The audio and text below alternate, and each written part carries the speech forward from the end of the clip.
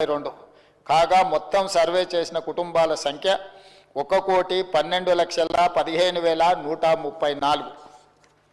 House listing చేసిన మొత్తం 1,15,71,457 కుటుంబాలకు గాను 1,12,15,134గా ఉంది.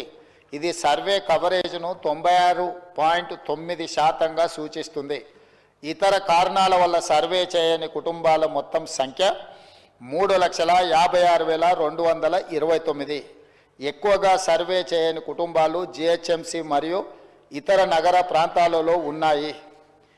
అదేవిధంగా అధ్యక్ష, రాష్ట్రంలో డేటా ఎంట్రీ 20/11/2024న ప్రారంభమై 25/12/2024న పూర్తి అయింది.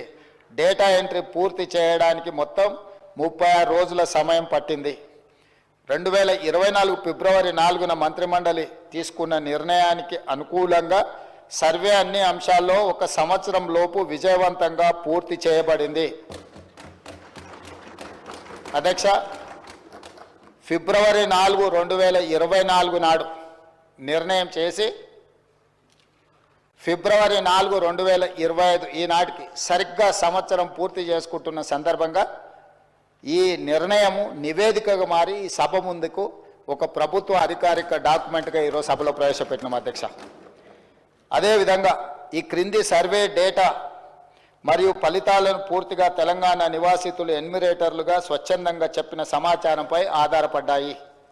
ఈ సర్వేలో నమోదైన కుటుంబాల ఆధారంగా రాష్ట్రంలో 3,54,77,554 మందిని సర్వే చేయడం జరిగింది. ఈ మొత్తం సామాజిక వర్గాల వారిగా సంఖ్య ఈ క్రింది విధంగా ఉంది అధ్యక్ష. ఎస్సీలో 61,84,319 మంది ఉండగా ఇది మొత్తంలో 17.43% ఉంది.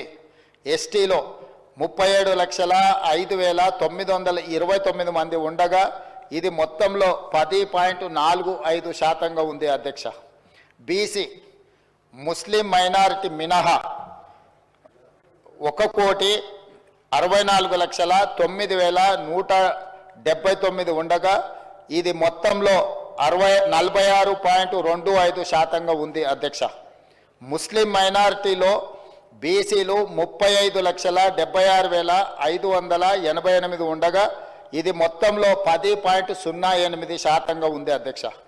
ముస్లిం మైనారిటీలో ఉన్న బీసీలను కలుపుకుంటే మన రాష్ట్రంలో మొత్తం బీసీలు